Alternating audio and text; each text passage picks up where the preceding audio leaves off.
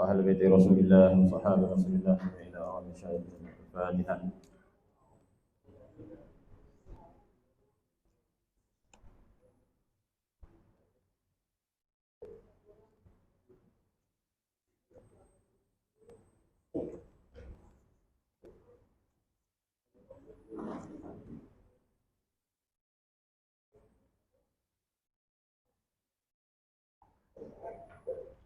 أعوذ بالله من الشيطان الرجيم. بسم الله الرحمن الرحيم.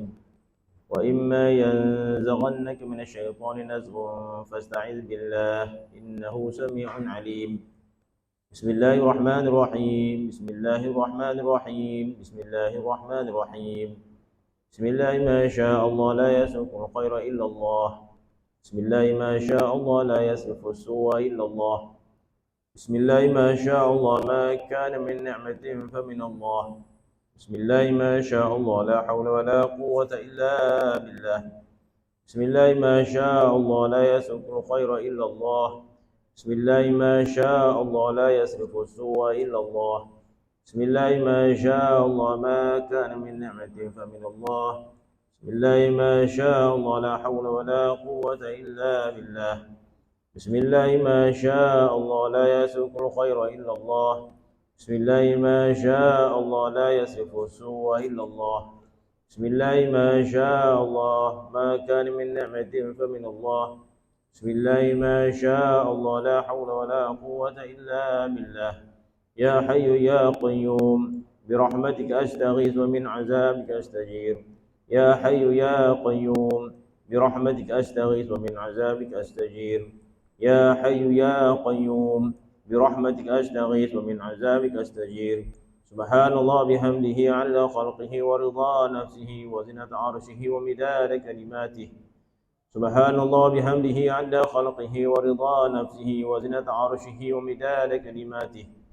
سبحان الله بحمده عدد خلقه ورضا نفسه وزنة عرشه ومداد كلماته.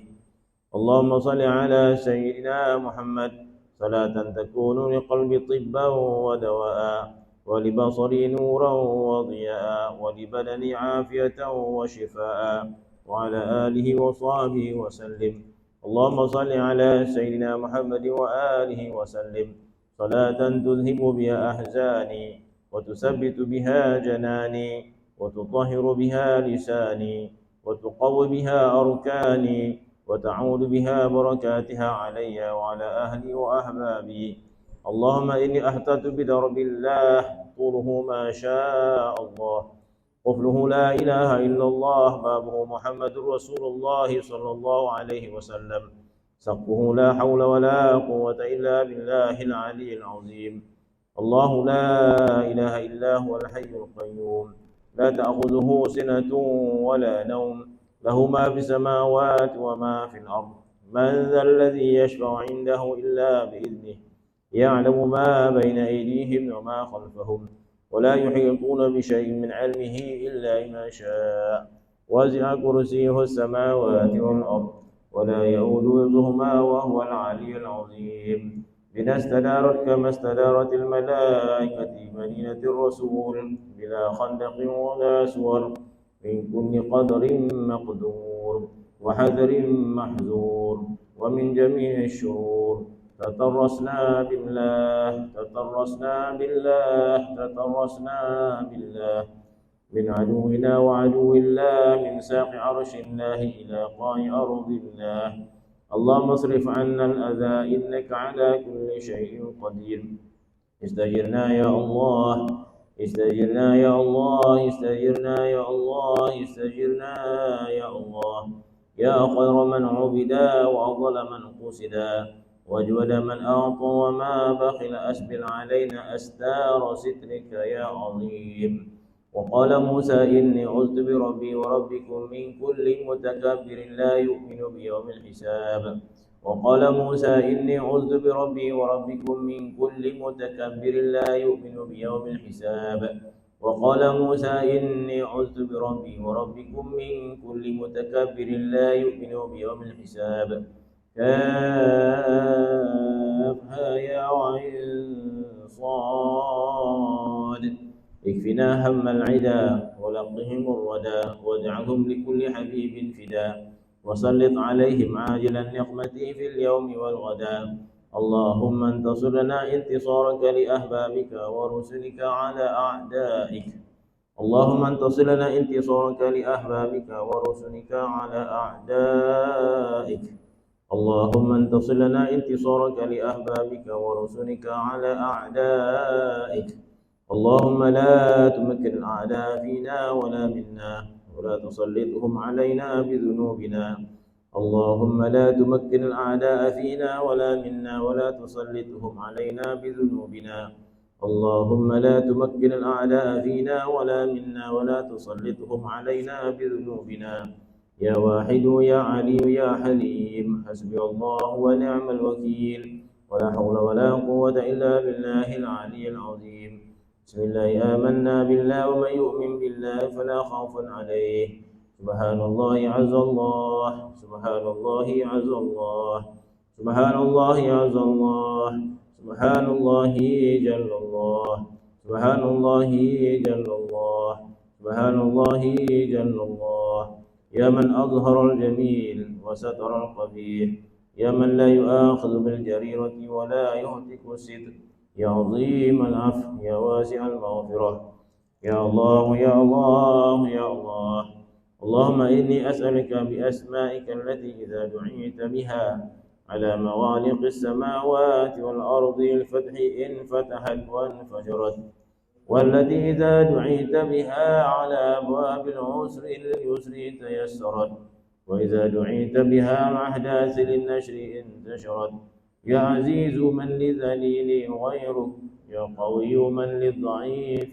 غيرك اللهم إني أستغفرك لكل ذنب ظلمت بسببه مسلما أو وليا من أوليائك ونصرت به عدوا من أعدائك أو تكلمت به لغير محبتك أو طاعتك اللهم إني أستغفرك لكل ذنب يورث الضنا ويحل البلاء ويشمت الأعداء ويكشف الغطاء ويبس القطر من السماء اللهم صل وسلم وبارك على سيدنا محمد وآله وصحبه وسلم واغفر وارحم وأنت خير الراحمين الفاتحة.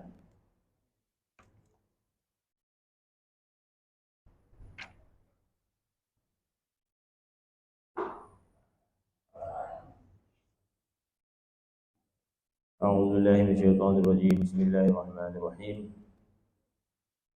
الحمد لله رب العالمين والصلاة والسلام على أشرف الأنبياء المرسلين سيدنا محمد وعلى آله وصحبه أجمعين رب اشرح لي صدري ويسر لي أمري واحلل عقدة من لساني يفقهوا قولي اللهم زدنا علما وفهما وألحقنا بالصالحين آمين يا رب العالمين. Sambungan kitab Matul Abadrain muka surat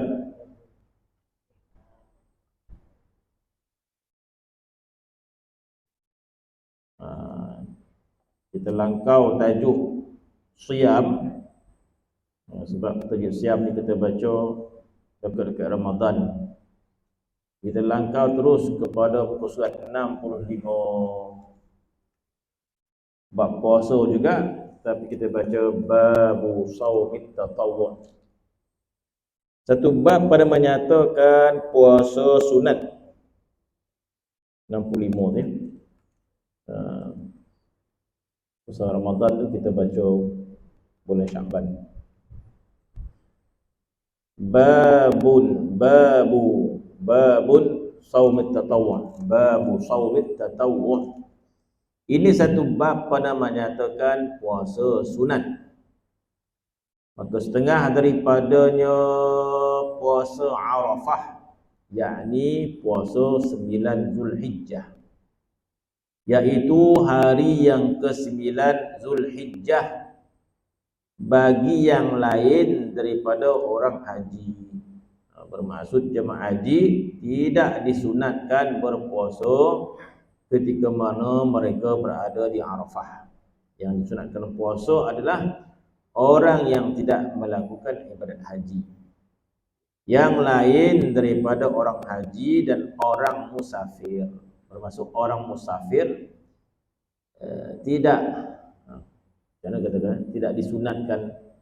Tetapi kalau dia puasa juga, dia dapat pahala. Dia musafir, dia pun nak puasa Arafah juga. Tak ada masalah. Adapun orang haji, jika ketahui bahawasanya sampai ia pada malam ke Arafah dan ia mukim, sunat berpuasa. Mana kata tak juga secara qat'i larangan orang haji, maka dikecualikan disebut sini. Adapun orang haji, jika diketahui bahawasanya sampai ia pada malam Arafah dan ia mukim, bermaksud dia yakin dia boleh sampai ke Arafah. 9 malam dia yakin dia sampai Arafah. Bermaksud orang haji ini tidak disunatkan puasa sebab dia sedang bekerja menunaikan haji. Jadi dia diperlukan tenaga dia tu. Tenaga dia nak bergerak ke Arafah, nak melakukan amal ibadat. Jadi di atas alasan tu, tetapi dikata jika ketahui bahawasanya sampai ia pada malam Arafah, kemudian dia pula bermukim. Bermukim bermaksud dia sudah pun bukan lagi musafir, dah putus dia punya musafir, dia dah putus dah. Dia duduk di Mekah lebih 3 hari. Lebih 3 hari. Dia musafir ni adalah, kalau 3 hari maka kita dikatakan musafir. Kalau kita pergi Kuala Lumpur, duduk Kuala Lumpur 3 hari, maka kita dikatakan musafir. Bilakah kita dikatakan bermukim? Kita dikatakan bermukim jika kita nak duduk dekat situ lebih 3 hari. Lebih daripada 3 hari. Mana bermalam pada tempat tujuan itu lebih daripada 3 hari. Sebab itu, kalau seseorang pergi satu tempat yang melebihi 2 marhalah, dia bermalam 3 hari sahaja, maka dicampur dengan hari sampai tak dikira dan hari balik juga tidak dikira. Contoh, contoh kalau orang tu musafir ke Kuala Lumpur hari Isnin, ataupun dia musafir pada hari Ahad, tak kisahlah, sebab dia jalan lambat, dia bertolak dari rumah hari Ahad, sehari semalam pun sampai Kuala Lumpur. Macam mana pula tu? Dia bertolak daripada rumah dia hari Ahad, tapi dia jalan lambat, sampai Seremban tu rosak lah kata. Tidur pula hotel dekat Seremban. Hari Senin tu baru dia bergerak sampailah Kuala Lumpur hari Senin. Maka kaedah dia hari sampai tidak dikira. Kemudian hari Selasa hari pertama, Rabu hari kedua, Khamis hari ketiga, hari Jumaat dia balik. Hari Jumaat dia balik. Tengah hari Jumaat dia balik. Maka ini dikira orang itu musafir. Dikira orang itu musafir.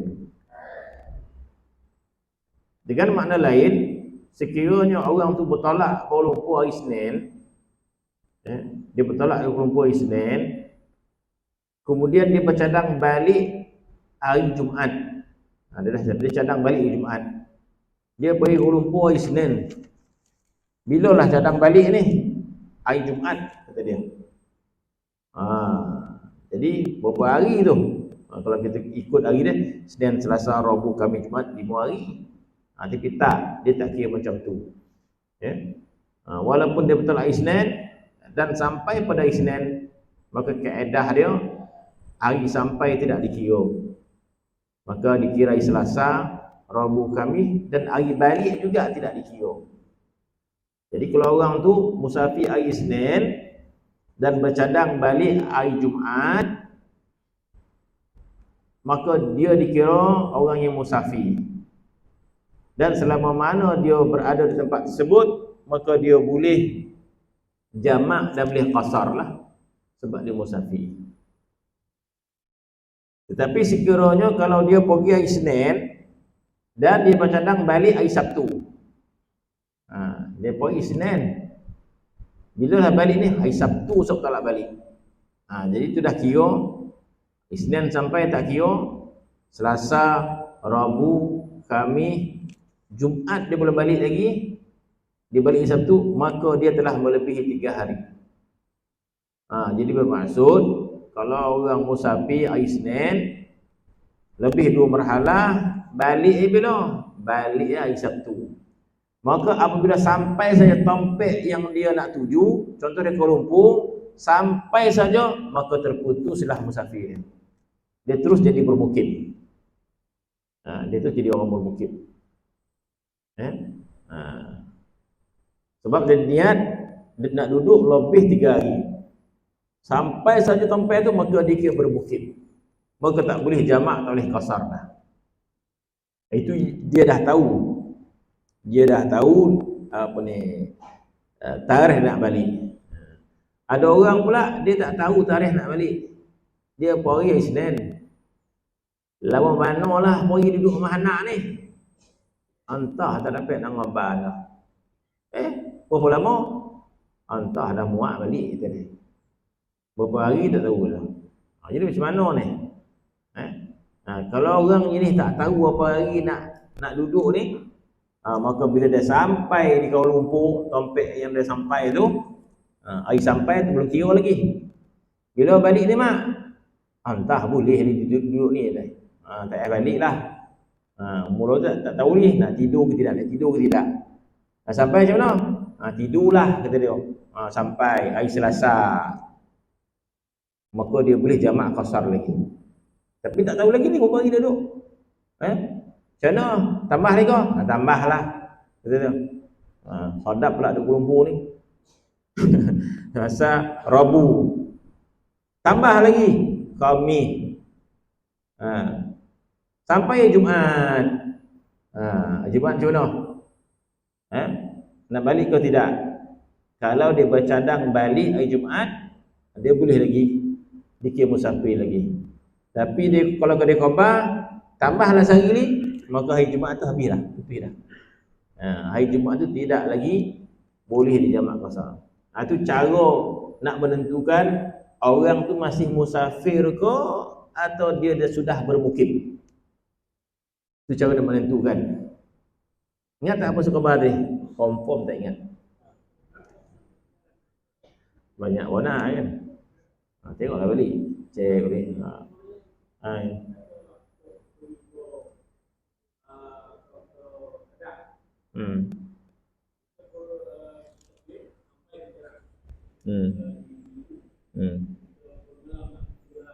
Yo.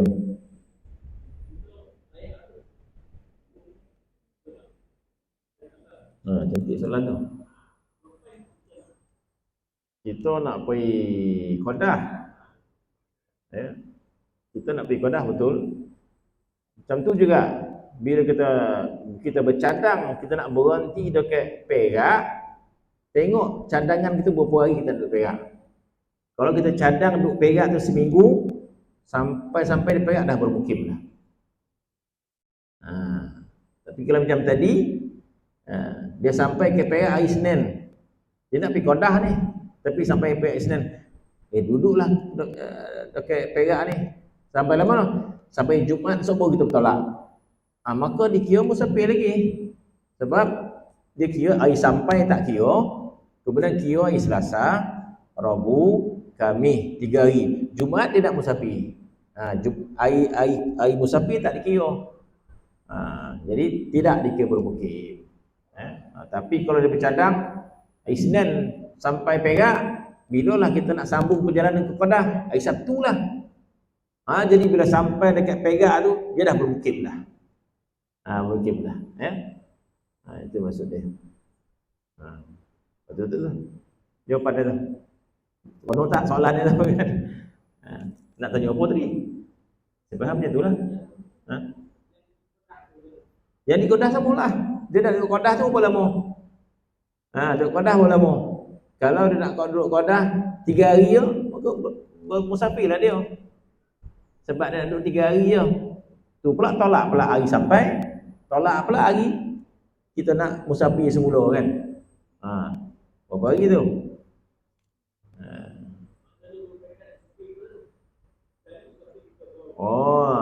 Dia mungkin soalan dia tak habis tu. Jadi contoh sini lah, kita katalah bukan pergi Kedah, Kedah lah, tapi dia pergi Alustar, tapi dia nak singgah ke Sungai Petani. Soalan kita.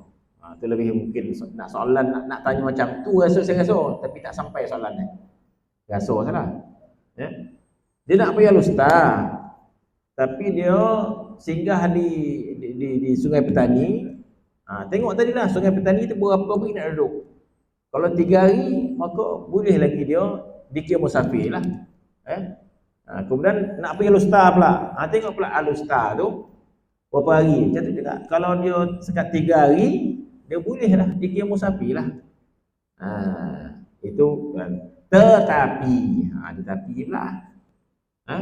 Tetapi contoh. Dia nak pergi Alustar lah. Dia pergi Alustar, pergilah Alustar. Dan dia pergi Alustar tu lama cadang seminggu. Seminggu cadang ke Alustar. Dia pergilah Alustar. Sampai Alustar, dia nak tinggal Alustar seminggu. Jadi apabila dia sampai dekat Alustar tu, dia musafir ke dia mukim? Nak tanya boleh apa yang saya sebut tadi. Kalau tak faham tu, tak payah nak abang tu.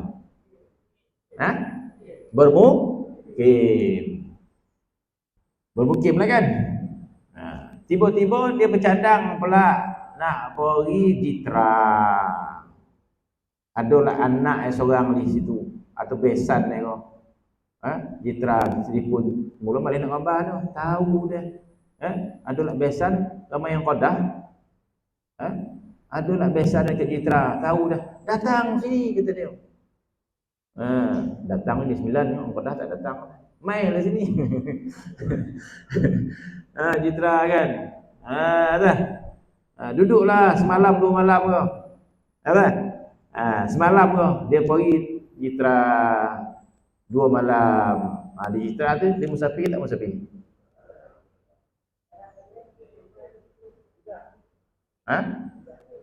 Musafir tak musafir? Dia tak banyak. 2 malam ya. Dekat Jitra tu. Musafir tak musafir? Jawapan dia musafir. Yo, salah jawapan tu.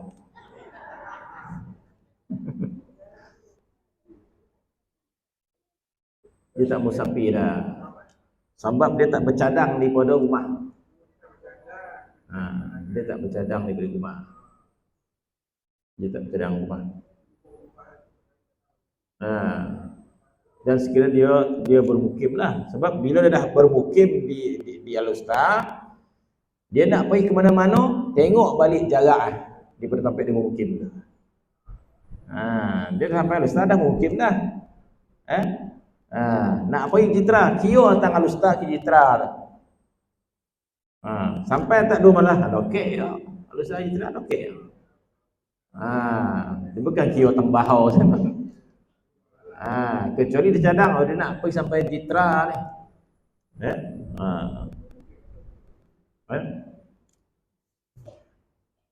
Macam tu lah jawapan dia. Jadi macam itulah. Bermaksud orang pergi Mekah dia ada 2 keadaan. Sebab itu ulama dia khilaf khilaf ni apa bahasa Melayu? Khilaf ulama memahamkan haji Nabi ni apa keadaannya. Haji Nabi ni macam mana? Sebab apa soalan tu timbul? Sebab Nabi di Arafah berjamak qasar. Dalam sejarah Nabi di Arafah jamak qasar, di Mina jamak qasar. Jadi Nabi ni soalan dia, Nabi jamak qasar tu kenapa? Itu soalan dia. Jadi apakah semudah itu bila Nabi jamak qasar di Arafah, kita pun jamak qasar juga? Sebab Nabi jamak qasar? Itu soalan dia. Kalau kita pergi haji, keadaan salat di Arafah bagi jemaah Malaysia berubah-ubah daripada dulu. Dia ada perubahan dia. Tak salah pada awal-awal dulu, tak salah salah. Di Arafah tidak ada jamak, tidak ada qasar. Tak ada jamak, tak ada qasar. Maksud kata di Arafah solat zuhur 4 rakaat, tunggu asar, dah asar kan? Baru solat asar. Tamam. Tengok kalau orang lain Saudi jamak qasar. Tengok TV je tu. Dia buat jamak qasar. Dia jamakkan zuhur dengan asar, jamak takdim dan qasar. Bila orang tanya kenapa kau jamak qasar? Dah Nabi jamak qasar. Yang kita pula kenapa tak jamak qasar? Maka kita kata Nabi itu musafir. Sebab Nabi berhaji, dia tidak bermukim di Mekah. Bermaksud Nabi datang Madinah, Nabi duduk sekejap di Mekah. Kemudian terus sambung perjalanannya ke Arafah. Bermaksud Nabi tak sampai bermukim di Mekah. Nabi tidak bermukim di Mekah. Bermaksud Nabi masih lagi musafir. Mana Nabi datang ke Mekah ketika berhaji itu dah hampir-hampir nak wukuf. Nabi bertolak di Madinah. Kalau Nabi bertolak 5 Zulhijjah, mungkin semalam 2 malam berada di Mekah, Nabi masih dalam musafir. Jadi, orang mazhab Syafi'i mengatakan Nabi jamak qasar itu sebab dia musafir. Dia buat jamak qasar. Adapun kita duduk Mekah selama-lama dah. Itu sampai Mekah daripada awal Zulkaidah. Malah kita dah bermukim di Mekah. Kita dah bermukim di Mekah. Mungkin tadi saya silap. Mungkin tadi silap. Walaupun kita nak pergi ke Al-Ustaz, tapi bila kita dah bermukim sampai di kios semula. Mungkin saya silap mungkin. Bukan dikira daripada sini. Macam kita nak, memang kita hajat kita nak pergi Al-Ustaz, bila kita dah bermukim di Sungai Petani, kira balik Manalah semula. Saya rasa macam tu. Bukan kira daripada sini. Dalilnya apa? Dalilnya bahawa kita tidak boleh jamak qasar di Arafah. Sebab kita bermukim. Walaupun kita dah niat daripada sini, memang semua jemaah haji akan pergi Arafah. Bila kita pergi Makkah, kita pun berniat nak pergi Arafah. Tetapi bila kita sampai di Makkah, kita telah pun bermukim di Makkah.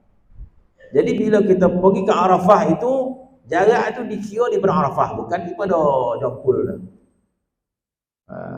Sebab itu mazhab Syafi'i kata bila wukuf jamak salat secara tamam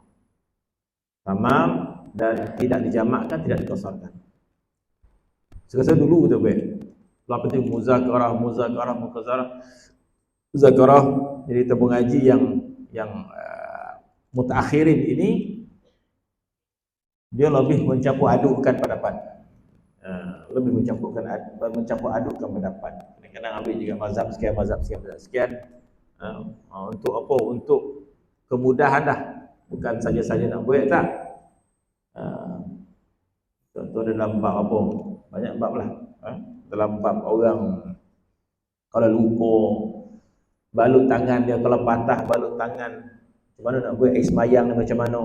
Oh, itu banyak dibincangkan sehingga kita tak pakai pendapat mazhab Syafi'i dalam bab ambil air semayang orang yang berbalut tangan. Maka dibincang, macam mana orang Malaysia ni dekat Arafah? Kita nak ikut tak? Saudi dia buat, mungkin negara lain dia buat jamak qasar. Maka orang bertanya kepada kita yang mazhab Syafi'i ni, kenapa kau tak ikut Nabi? Nabi jamak qasar. Kenapa tak ikut Nabi? Ada khilaf juga ulama tentang Nabi bermukim dan juga musafir. Riwayat Nabi bila sampai di Mekah tu dalam keadaan musafir ke bermukim, itu pun khilaf juga. Ada sebagian mengatakan Nabi masih lagi Nabi dah bermukim dah. Nabi dah bermukim. Kemudian kalau Nabi dah bermukim, kenapa Nabi buat jamak qasar di Arafah? Maka alasannya kata mereka, jamak qasar di Arafah jamak qasar di Arafah ini bukanlah disebabkan musafir. Jamak qasar di Arafah ini adalah khususiat haji. Khususiat haji. Bermaksud di antara khususiat haji buat jamak qasar di Arafah walaupun bukan musafir. Bagi mereka yang mengatakan Nabi tak musafir dah. Nabi dah bermukim dari Mekah. Kemudian Nabi pergi juga Arafah, Nabi jamak qasar. Kenapa Nabi jamak qasar sedangkan dia bukan lagi musafir? Betul ya? Maka mereka mengatakan bahawa jamak qasar di Arafah itu adalah khususiat haji. Bukan, mana alasannya jamak qasar di Arafah bukan alasan musafir, tapi jamak qasar di Arafah alasannya kerana buat haji, maka dia jamak qasar. Maka kita ubah lagi cara sembahyang di Arafah. Kita menerima jamak di antara zuhur dan asar. Kita menerima jamak tapi tidak menerima qasar. Sebab tu jemaah haji orang Malaysia kalau pergi Arafah, dia buat jamak tanpa qasar. Dia himpun, dia buat jamak takdim. Zuhur sampai asar sampai. Sebab apa? Sebab di antara jamak dan qasar dia ada hukum yang berbeza. Jamak dia lebih longgar berbanding qasar. Qasar lebih ketat. Bermaksud qasar ini alasannya musafir. Qasar tak ada alasan lain. Alasannya musafir saja. Adapun jamak dia banyak alasan lain. Ada hukum boleh jamak sembahyang bila hujan. Ada boleh alasan jamak bila ada kesusahan, masyakkah dan sebagainya, boleh jamak tanpa qasar. Sehingga dalam mazhab Maliki dibenarkan jamak kalau ada kesusahan. Jadi banyak kita ambil bertaklid kepada Maliki dalam bab jamak ni. Dipermudahkan. Bila susah saja jamak. Sebab tu doktor buat operation ambil pendapat mazhab Maliki. Jamak bukan musafir sebabkan tak sampai. Operation dia mula pukul 2 leh, habis pukul 5. Mana sembahyang zuhur jamak. Jamak disebabkan kesusahan. Sampai dalam kitab sebut adalah kundi kahwin pun boleh. Senang apa ni? Tak sembahyang kau. Gulai tak masalah ya. Dia sebut dalam kitab. Tinggal sebut macam itulah. Jamak. Kereta jam buat ni tak sampai sembahyang, mana sembahyang ni? Jamak. Ya. Alasan jamak ni dia lebih apalah? Lebih luas jamak ni berbanding pada qasar. Sebab itu kita ambil pendapat kita jamak di Arafah sebab suasana susah, sukar, mungkin tak ada air semua, alasan tu. Tapi kita tanpa qasar lah. Dekat Arafah jamak, dekat Mina sekolah tempat jamak, di situ saja. Jadi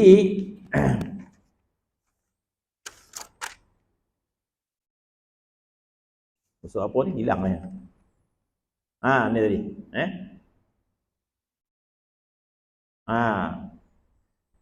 Dan ada pun orang haji jika diketahui bahawa sampai ke Padang Arafah dan ia bermukim. Bermukim maksud mana? Dia di Makkah dia dah bermukim. Bila di Makkah dia dah bermukim, ketika mana dia pergi Arafah, dia bukan seorang musafir. Jadi pada pendapat ini sunat juga puasa bagi jemaah haji. Pada asalnya jemaah haji tak sunat puasa Arafah. Tapi dibenarkan jugalah dengan syarat dia bukan musafir. Kemudian tak ada masalah untuk menyampaikan dia ke Arafah. Jadi di situ kita nampaklah kenapa tidak disunatkan jemaah haji ini berpuasa, takut mengganggu ibadat haji dia. Adapun kita di sini disunatkan puasa Arafah. Kemudian hari Ashura. Lagi apa? Inilah hari apa jatuh ni?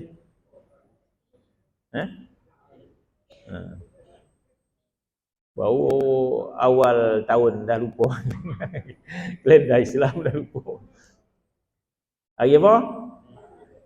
Hari apa? Isnin. Ashura. Disunatkan kita puasa hari Ashura. Hari Ashura iaitu hari ke-10 dari Muharram. Jadi 10 Muharram pun ada kelebihan mengkafarahkan dosa. Puasa Arafah pun ada kelebihan mengkafarahkan dosa. Cuma Arafah sekali ganda mulia daripada 10 Muharram. Puasa Arafah pun mengkafarahkan dosa, puasa Ashura juga mengkafarahkan dosa. Lebihnya Arafah 2 kali ganda Ashura. Kenapa? Sebab Arafah kafarah setahun yang lalu dan setahun yang akan datang. Siapa puasa Arafah dahulu dikafarahkan. Kafarah ni apa maksud dia? Kafarah ni dosa-dosa kecil. Kafarah dosa ni dosa kecil. Jadi puasa Arafah kafarah setahun yang lalu, setahun yang akan datang. Adapun Ashura kafarah dosa setahun yang lalu. Sahaja. Puasa Ashura kafarah sanah madiyah. Mengkafarahkan 1 tahun yang dahulu. Dan apabila puasa Ashura disunatkan dengan puasa Tasu'a. Bila Tasu'a? Hari sebelum hari Ahad, iaitu hari ke-9 daripada Muharram. Kenapa disunatkan puasa Tasu'a?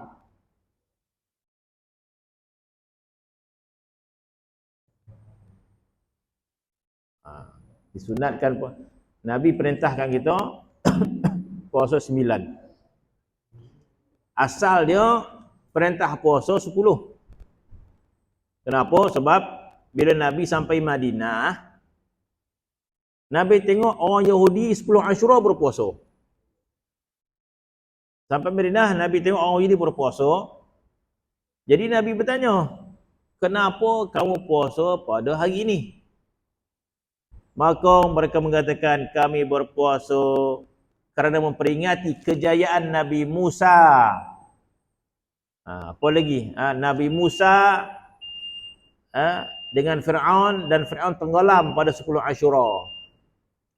Jadi kalau kita tengok sejarah, 10 Ashura ni banyak peristiwa-peristiwa besar berlaku. Kata riwayat, kapal Nabi Nuh berlabuh dekat bukit Judi pada 10 Muharram. Apa lagi? Nabi Ibrahim alaihissalam berjaya dalam Rut 10 Muharram. Jadi 10 Muharram ni banyak peristiwa-peristiwa yang besar berlaku. Peristiwa besar yang berlaku bagi Syiah 10 Muharram juga. Sebab tu 10 Muharram ni hari perayaan orang Syiah. Kenapa 10 Muharram orang Syiah merayakan 10 Muharram? Tak dapat jawapan dah. Ah. Kematian Sayyidina Husain. Karbala. Kematian Sayyidina Husain sebelum Asyura. Oh. Betul tak apa yang dibuat oleh orang Syiah tu? Pada satu sudut betul. Pada satu sudut betul. Pada satu sudut betul lah. Dan kita pun sepatutnya memperingati kematian Sayyidina Husain pada 10 Asyura. Dia dibunuh oleh tentera Yazid. Memang memperingati peristiwa itu memang patut sangat kita rasa sedih. Bolehlah kita memperingati kematian Sayyidina Husain 10 Asyura itu, boleh. Bahkan ulama ahli sunnah wal jamaah menceritakan peristiwa kematian Sayyidina Husain itu sampai menangis-nangis. Ulama kita ahli sunnah wal jamaah 10 Asyura menceritakan bagaimana keadaan peperangan Karbala itu berlaku. Bagaimana Sayyidina Husain terbunuh di Karbala. Sedangkan kata ulama, Sayyidina Husain ni dia bergerak daripada Madinah, bergerak ke Iraq dalam keadaan dia tahu dia akan mati di Karbala tu. Kenapa dia tahu? Sebab Nabi dah bagi tahu. Nabi dah bagi tahu bahawa Sayyidina Husain akan mati di Karbala. Tetapi Sayyidina Husain pergi juga. Kok kita dah tahu ajal kita dekat Bukit Putih, tak ada ikut Bukit Putih dah. Pergi Sombai ikut Rambau lagi tu kan. Adalah mimpi lah. Kita mimpi tak adalah wahyu kan. Mimpi. Kau mati ke Bukit Putih. Boleh tak Bukit Putih lagi tu lah. Tak nak kita pergi dah. Cuba kita siahkan kan. Sedangkan Sayyidina Husain telah dinyatakan mati ke Karbala. Jadi ramai keluarga dia menahan dia. Jangan pergilah kata. Itu tempat ajal kau, jangan pergi. Aku pergi, dia kata, untuk melaksanakan takdir Tuhan. Mana dia rela sendiri. Dia rela sendiri. Dia rela sendiri mengantar takdir di situ. Ada cerita orang lari pada mati. Ada juga. Yang Sayyidina Husain ni dia pergi. Allah Taala takdirkan mati di Karbala, dia pergi situ.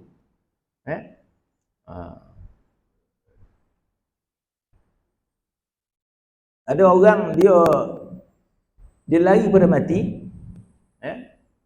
Dia lari daripada mati. Pada zaman Nabi Sulaiman alaihissalam, ada seorang anak muda dalam majlis Nabi Sulaiman alaihissalam. Ada seorang anak muda yang rapat dengan Nabi Sulaiman alaihissalam. Jadi pada satu ketika dalam majlis Nabi Sulaiman alaihissalam, dia terpandang seorang lelaki yang tonung kat dia. Dia pandang lelaki tu lain macam tonung tajam. Dia tak selesa dengan tenungan orang lelaki tadi. Besok pagi pun ada juga. Seharian tu bila ada majlis ada lelaki, dia tak kenal. Tapi cara dia pandang tu menyebabkan dia rasa menggelotar ke apa. Lainlah tonung dia. Dah 2-3 hari dia tak selesa. Lepas tu dia minta kepada Nabi Sulaiman alaihissalam. Dia ceritalah, wahai Nabi Sulaiman, dia kata, 2-3 hari ni aku terasa tak selesa duduk kat negeri ni, dia kata. Sebab ada seorang lelaki yang macam dia nak bunuh apa-apa kata. Boleh tak aku minta satu permintaan? Apa minta kau? Hantar aku negeri Cina, kata dia. Hantar aku dekat negeri Cina, kata dia. Takut benar kat lelaki tu. Nabi Sulaiman hantar dia ke negeri Cina. Kemudian Nabi Sulaiman pun berjumpa dengan lelaki yang dimaksudkan tu. Datanglah lelaki itu. Selepas peristiwa datang lelaki itu, Nabi Sulaiman alaihissalam. Kemudian Nabi Sulaiman tanyalah lelaki tadi, engkau ni siapa? Lelaki itu, aku adalah Malikul Maut. Aku adalah Israel. Patutlah gaun. Dia menyuruh Israel menyerupai seorang lelaki kan. Walaupun menyerupai manusia, dah Israel kan. Aku adalah Malikul Maut, kata dia. Ketika mana aku melihat ketentuan ajal, jadi riwayat Malikul Maut ni bila dia nak cabut nyawa, dia naik dekat Lauh Mahfuz, dekat catatan takdir tu kan, dia naik ke Lauh Mahfuz, dia tengok minggu ni siapa, minggu ni 5 orang puancinya, dia tu. Dia tengok, dia tengok minggu ni siapa ada orang. Itu yang diriwayatkan. Minggu lepas nama tu ada, tengok minggu ni dah tak ada pula nama, dah terpadam. Mungkin dia berdoa, dia baca Yasin, apa lagi, dia bersedekah mungkin, baca tu apa benda-benda yang boleh memanjangkan usia kan, bersedekah boleh panjang usia seorang, malah boleh banyak bersedekah. Jadi Malaikat Maut kata, aku tengok dekat Lauh Mahfuz, orang ini mati di negeri Cina. Sedangkan Nabi Sulaiman dekat Yaman, kata setengah riwayat kan, dia punya kerajaan itu. Jadi ditulis di Mahfuz, orang ini akan mati di negeri Cina. Jadi saat kematian lelaki ini tadi, jadi Malaikat Maut tunggu-tunggu nak cabut nyawa orang ni, tak ada, dia tak ada kat Cina, nun dekat Yaman. Itu yang dia datang. Jadi dia tak bercakap, tu dia tolong macam mana lah kau ada sini. Dia tak boleh cabut nyawa orang tu, sebab diperintahkan cabut nyawa orang tu di negeri Cina. Jadi mana perintah daripada Malaikat Maut dua. Satu perintah cabut masa, kemudian perintah cabut di mana.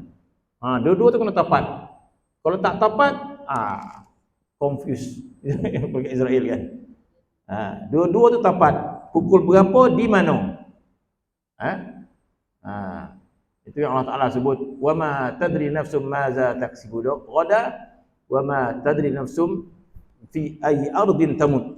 Seorang pun tak tahu di bumi mana dia meninggal dunia. Jadi Israel masa tu okeylah, dia boleh cabut, tapi diperintahkan cabut nyawa di negeri Cina.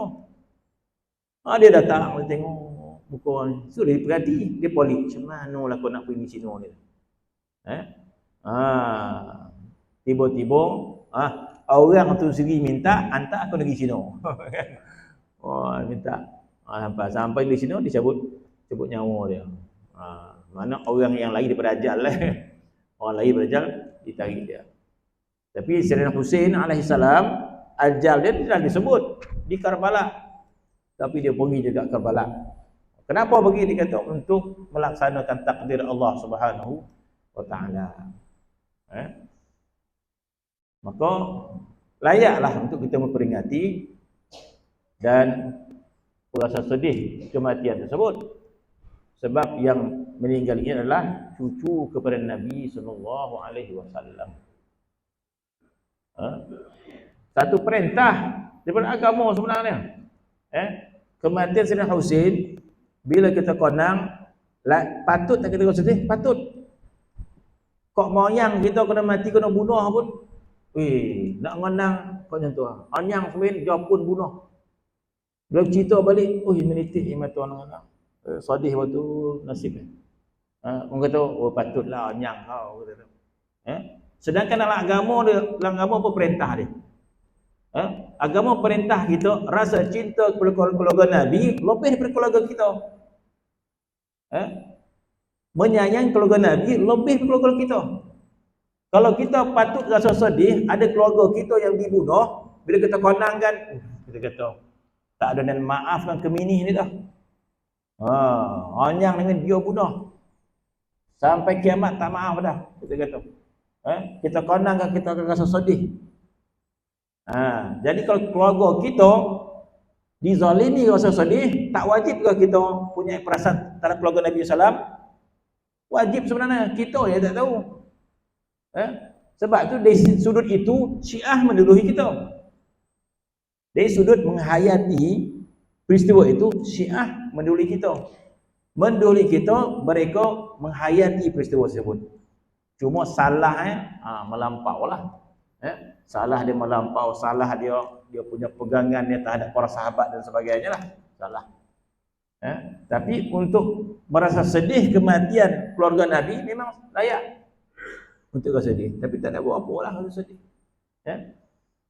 Bahkan bercampur dua kata ulama. Masya Allah, campur dua. Sedih dengan gembira. Sedih dengan gembira. Kenapa campur sedih dengan gembira? Sedih kita dengan kematian yang dizalimi itu, gembira kita dengan kemuliaan syahid yang dia dapat. Di tuan guru saya kata, yang orang Syiah ni sedih-sedih. Yang orang Syiah ni sedih melampau-lampau ni kenapa? Kata dia. Sedangkan tuan guru kami pun Ahlul Bait juga. Tuan guru kami pun Ahlul Bait juga daripada sana Hasan. Dia tak adalah sedih macam Syiah. Maka dia kata Syiah ni beria-ria dia sedih kenapa?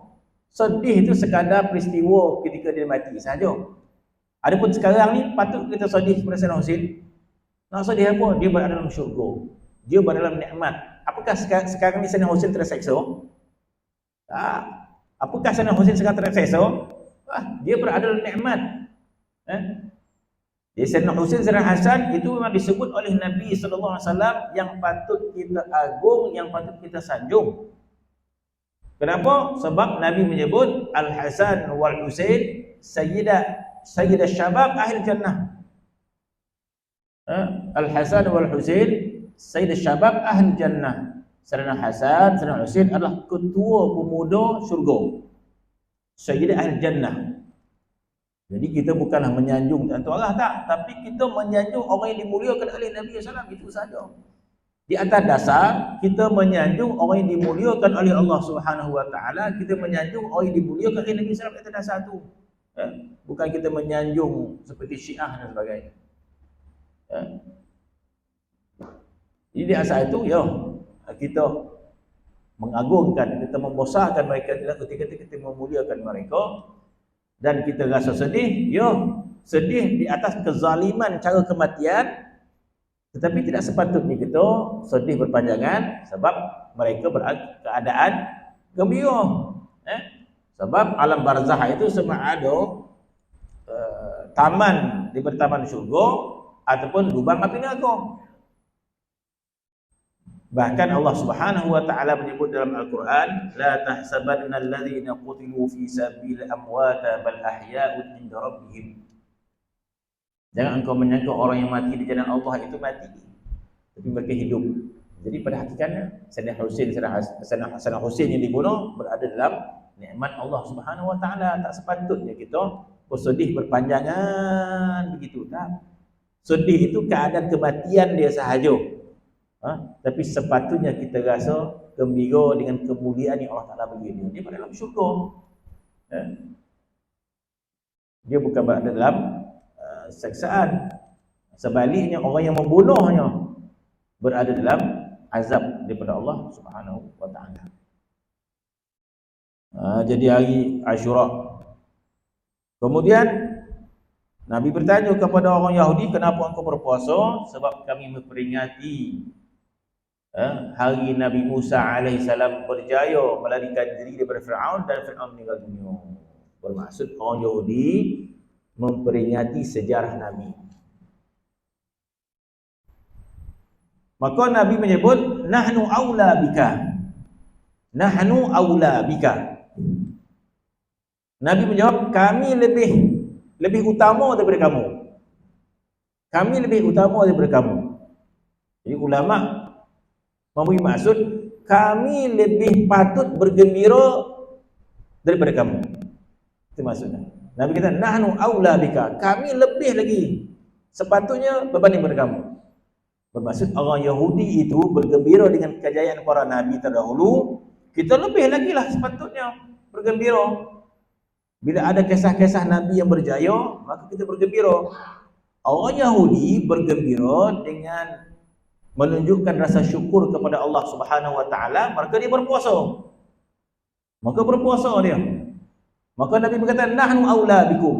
Kami lebih layak untuk bergembira. Jadi kita berpuasa hari Asyura. Memang patut kita puasa Asyura kerana bergembira dengan kejayaan para nabi yang terdahulu. Kemudian apabila orang Yahudi berpuasa pada 10 Asyura, maka di antara sifat Nabi SAW, Nabi tak hendak kita serupa dengan mereka pada semua sudut. Nabi tak hendak. Sama ada dalam buat puasa, sama ada dalam ibadat yang lain. Seboleh-bolehnya Nabi sentiasa ingin berbeza daripada orang musyrikin. Jadi apabila puasa Asyura, orang Yahudi pun puasa Asyura juga, maka Nabi kata dah puasa 9. Tak ada kaitan apa pun, puasa 9. Untuk apa? Untuk membezakan puasa Asyura orang Yahudi dengan puasa Asyura kita. Maka dia sunat, bukan wajib lah. Kalau kita tak mampu puasa 10, ataupun kata ulama kalau tak kesempatan 9, puasa seboleh.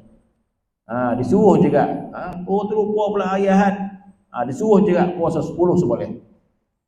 Dengan tujuan apa? Tujuan untuk membezakan amalan orang Yahudi. Tapi kau pun tak sampai tak ada apa-apa lah kita kata. Macam mana? Hari Atusa dan seterusnya, dan ayyamul bait yang nyebut itu bayat, ayyamul bayat, hari putih, ayyamul bayat. Kalau bait kan jadi tolu, bait tolu, bayat putih, iaitu hari putih ni apa ni? Hari apa hari putih ni? Kenapa keliru juga? Hari putih ni maksud hari bulan mengambang lah. Bulan mengambang, langit tu nampak putih lah, malam tu nampak bercahaya putih, itu nama hari putih. Maka yang terperinci dah hari putih itu adalah yang ke-13, 14, 15. Dia bukan 15, 16, 17, dia ambil di bawah. Dari hari putih ada 13, 14, 15 pada setiap bulan. Jadi kalau kita ini suka untuk puasa sunat, banyak puasa sunat ni kan. Orang yang diberikan kekuatan, kemudahan untuk puasa, masya-Allah puasa. Salah satu jalan untuk kita ibadat kepada Allah Subhanahu wa taala. Maka pilih. Sebab itu ulama mengatakan Allah Subhanahu wa taala menjadikan kita pelbagai ibadat untuk kita cari kesesuaian kita, supaya kita cari kesesuaian kita. Ada orang puasa tak boleh doh. Lah, apa tadi puasa lah?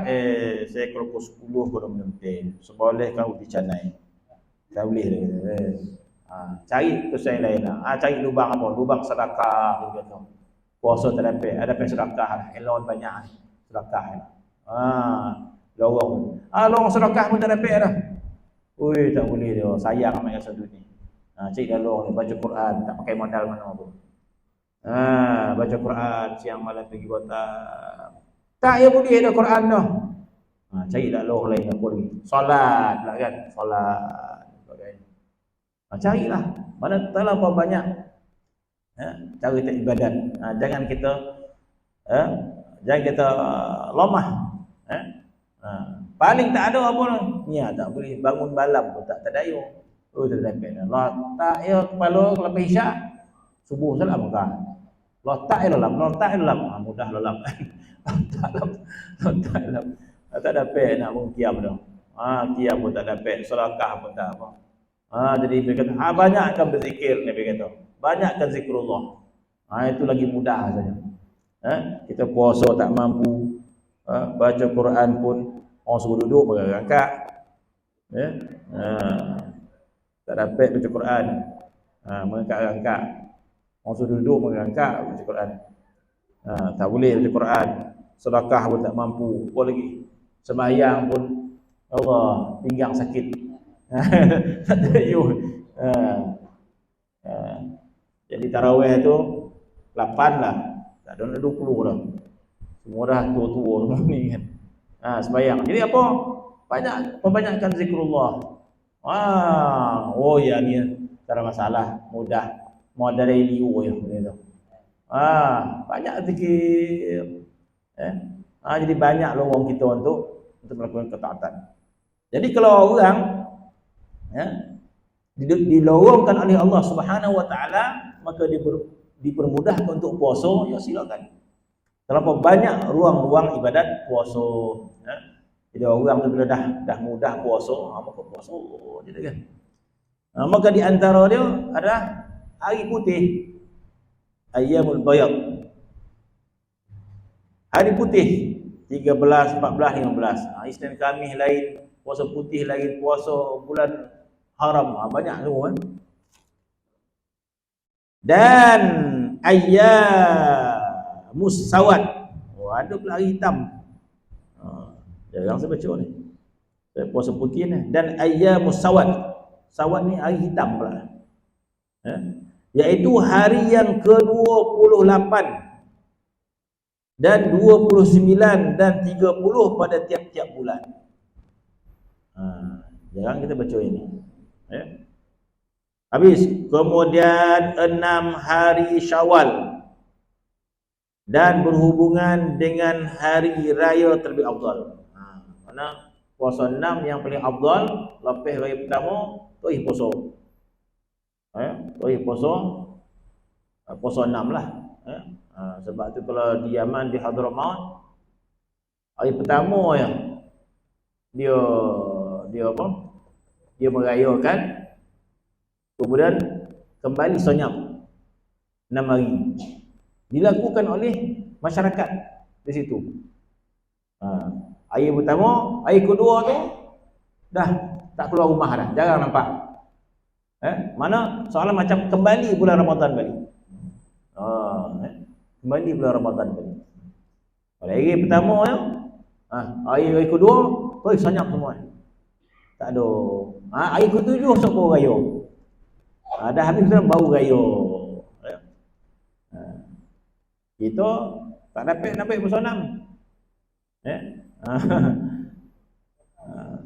Rumah depan rumah terbuka ni, terbuka sampai 30 hari rumah terbuka. Bila nak puasa 6? Tak dapat puasa 6. Yang afdalnya adalah berhubung dengan hari raya terlebih afdal. Kalau kita ada pakat-pakat, okeylah. Dapat kita pakat-pakat masjidnya, kita pakatlah. Puan cik ni hari kedua sanyak semua. Itu semangat. Kalau dapat duit tu hebat. Hebat puan cik. Di dalam masa orang tahu, puan cik tu janganlah pergi raya hari kedua. Tak ada kan tu. Ya kau, sebanyak bila tu? Sebanyak. Sampai jadi kebudaya kan.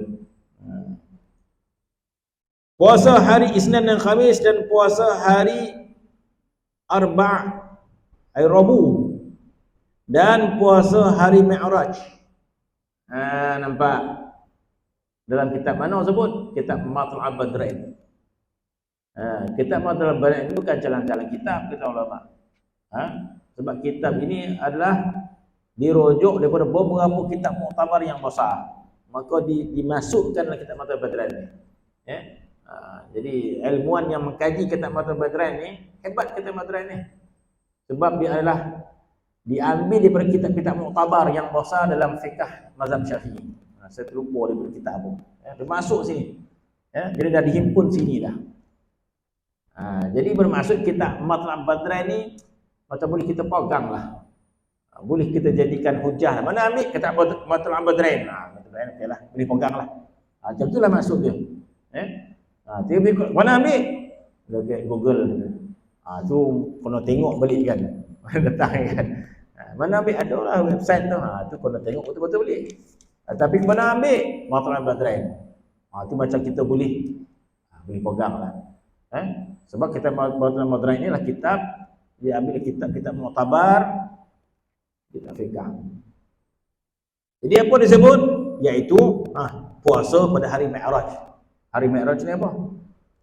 27 Rajab. Kan ramai ilmuwan kata apa puasa 27 Rajab.